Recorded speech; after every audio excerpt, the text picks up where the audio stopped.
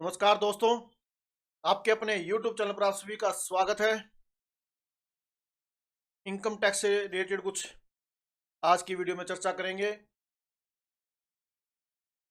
10,000 रुपये से ऊपर वाले ट्रांजैक्शन पर अब लगी पेनल्टी। इनकम टैक्स को लेकर कैश की नई लिमिट। तो क्या है नई लिमिट, देखते हैं, बात करते हैं।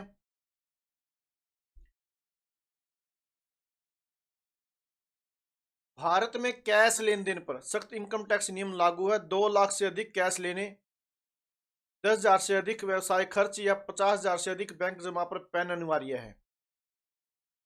नियमों का उल्लंघन भारी पेनल्टी और कानूनी कार्रवाई ला सकता है। जानिए नियम और सुरक्षित रहें।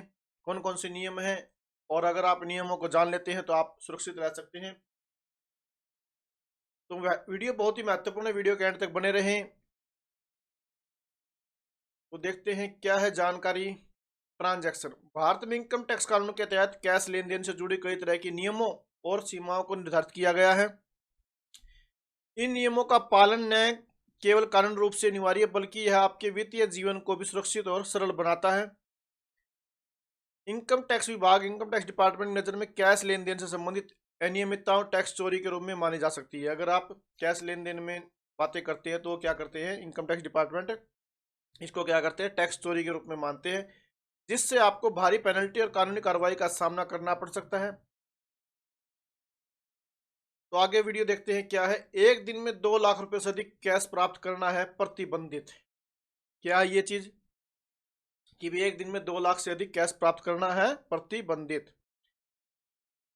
भारतीय आयकर कानून के तहत यदि आप एक ही दिन में 2 लाख रुपए से अधिक का कैश प्राप्त करते हैं एक दिन में, तो यह नियमों के खिलाफ होगा। इस सीमा को एक व्यक्ति द्वारा एक ही लेन देन के तहत कई बार किए गए भुगतान के रूप में देखा जाएगा। यदि आप किसी से एक दिन में 2 लाख रुपए से अधिक प्राप्त करते हैं तो वो क्या होगा, आपका नियमों का उल्लंघन होगा।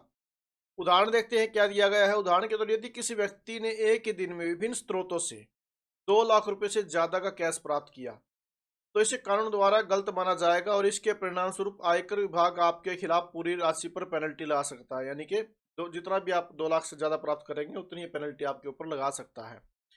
धारा 269 एसटी के तहत ये नियम सख्त है और इसके उल्लंघन के परिणाम गंभीर हो सकते हैं। तो इसलिए आप एक दिन में 2 लाख रुपए से ज्यादा कैश प्राप्त न करें।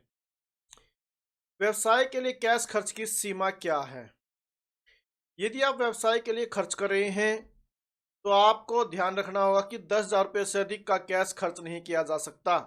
उदाहरण यदि आपने किसी सप्लायर को 15,000 रुपये कैश में भुगतान किया तो यह खर्च आपकी टैक्स गणना में शामिल नहीं किया जाएगा।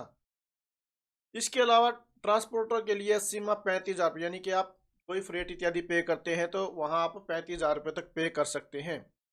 इस तरह के खर्च को नियमों से बाहर किया गया ताकि व्यवसायों में कैश का अत्यधिक प्रयोग रोका जा सके और टैक्स चोरी के मामले घटाए जा सके।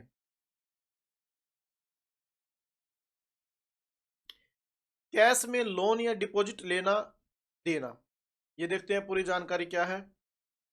कि भी आयकर कानून के तहत यदि आप 20,000 रुपये से अधिक का लोन या डिपॉजिट कैश में लेते हैं या देते हैं तो ये नियमों का उल्लंघन होगा। जैसे कई बार फर्म के अनसिक्योर्ड लोन इत्यादि जो जमा कर लेते हैं वो 20,000 से ऊपर आपने नहीं जमा करना है।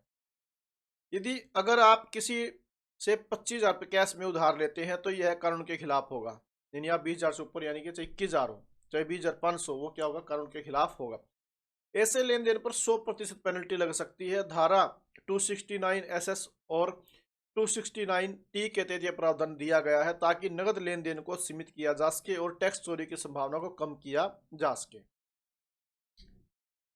फिर भाई यदि आप शादी या अन्य बड़े व्यक्तिगत आयोजनों के लिए 2 लाख रुपए से अधिक का कैश में भुगतान करते हैं तो यह भी आयकर कानून के तहत अवैध होगा।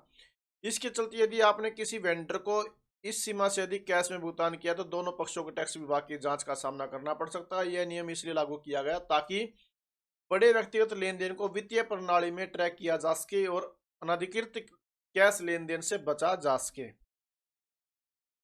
बैंक में 50,000 से अधिक कैश जमा करते समय पैन नंबर देना अनिवार्य है।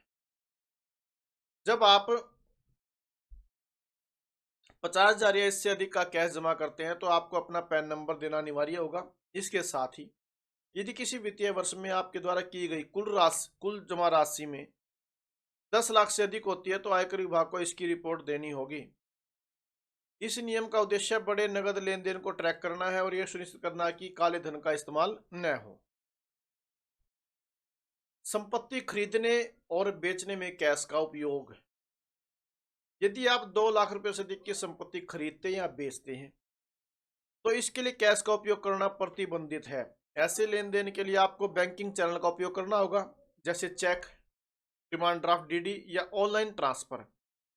यह नियम इसलिए लागू किया गया है ताकि संपत्ति लेन देन में पारदर्शिता बनी रहे और कैश में भुगतान से जुड़े जोखिमों को कम किया जा सके। यानी कहने का मतलब है, अगर आप कोई प्रॉपर्टी बेचते हैं या खरीदते हैं तो आपने 2 लाख रुपए से ऊपर की प्रॉपर्टी है तो आपने कैश में उसका लेन देन नहीं करना है। कैश लेन देन में सावधानी क्यों जरूरी है, ये आप समझ गए। ऊपर जो चीजें बताई गई है इसलिए जरूरी है ताकि आप इनकम टैक्स डिपार्टमेंट के नोटिस से बच सके। इनकम टैक्स विभाग का ध्यान और कैश लेन देन में विशेष रूप से होता है। यदि आप इन नियमों का पालन नहीं करते तो न केवल आपको पेनल्टी का सामना करना पड़ सकता है बल्कि टैक्स चोरी के मामले में कानूनी कार्रवाई हो सकती है। इससे बचने के लिए आपको हमेशा सुनिश्चित करना होगा कि आप सभी लेन देन बैंकिंग चैनल के माध्यम से करें और हर लेन देन का उचित दस्तावेजीकरण रखें। यह न केवल आपके लिए सुरक्षित है बल्कि आपको भविष्य में कोई भी टैक्स नोटिस और पेनल्टी से भी बचाएगा। जो भी आप ट्रांजैक्शन इत्यादि करते हैं उसका पूरा ब्यौरा अपने पास रखें। किसी भी समय अगर कोई पूछताछ होती है तो आप उसको क्लियर कर सके, भाई ये पैसे कहाँ से आए और कैसे इन्वेस्ट हुए या खर्च हुए। तो ये थी जानकारी। अगर आपको जानकारी पसंद आई तो प्लीज़ वीडियो को लाइक जरूर करें, अपने साथियों के साथ ज़्यादा से ज़्यादा शेयर करें और चैनल सब्सक्राइब जरूर करें। Thank you very much.